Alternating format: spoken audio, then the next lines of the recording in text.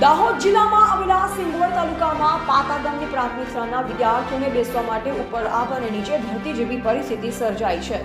પ્રાપ્ત માહિતી અનુસાર સિંગવડ તાલુકાની પાતા ગામની પ્રાથમિક શાળામાં 1 થી 8 ધોરણના બાળકો અભ્યાસ કરે છે, જેમાં બાળકોને બેસવા માટે એક પણ શાળાના ઓરડાની વ્યવસ્થા નથી।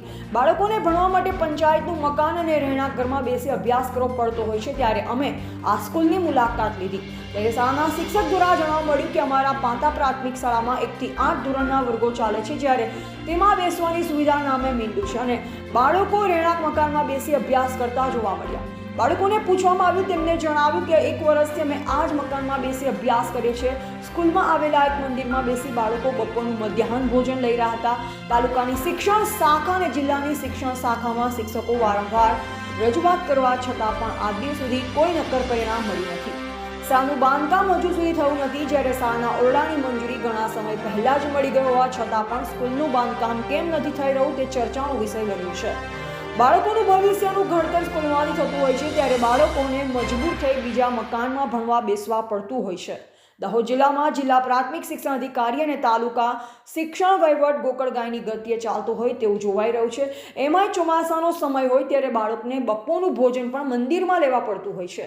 ખરેખર મોટા રાજનેતાઓની સભાઓમાં કરોડોનો ખર્ચો થતો હોય છે અને સરકાર શિક્ષણના બણગા ફૂંકતી હોય ત્યારે આ સ્કૂલની હાલત આવી કેમ તે એક ચર્ચાનો વિષય છે। હવે જોવું રહ્યું કે વહીવટી તંત્ર અને જિલ્લા પ્રાથમિક શિક્ષણ અધિકારી કોઈ એક્શનમાં આવશે કે પછી ભીનું સંકેલશે તે હવે જોવું રહ્યું છે।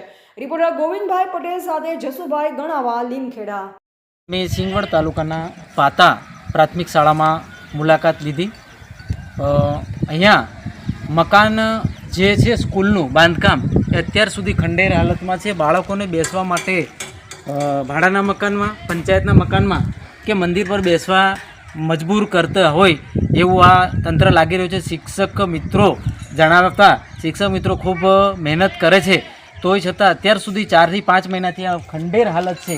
એમાં અત્યાર સુધી કોઈ કામકાજ કોન્ટ્રાક્ટર દ્વારા કે કોઈ પણ તંત્ર દ્વારા થયું નથી। તો આપણે શિક્ષક શ્રીને જ પૂછીશું કે ખરેખર આ ઓરડાનું કામ કેટલા ટાઈમથી મંજૂર થયું છે, એમની પાસેથી માહિતી જાણીશું।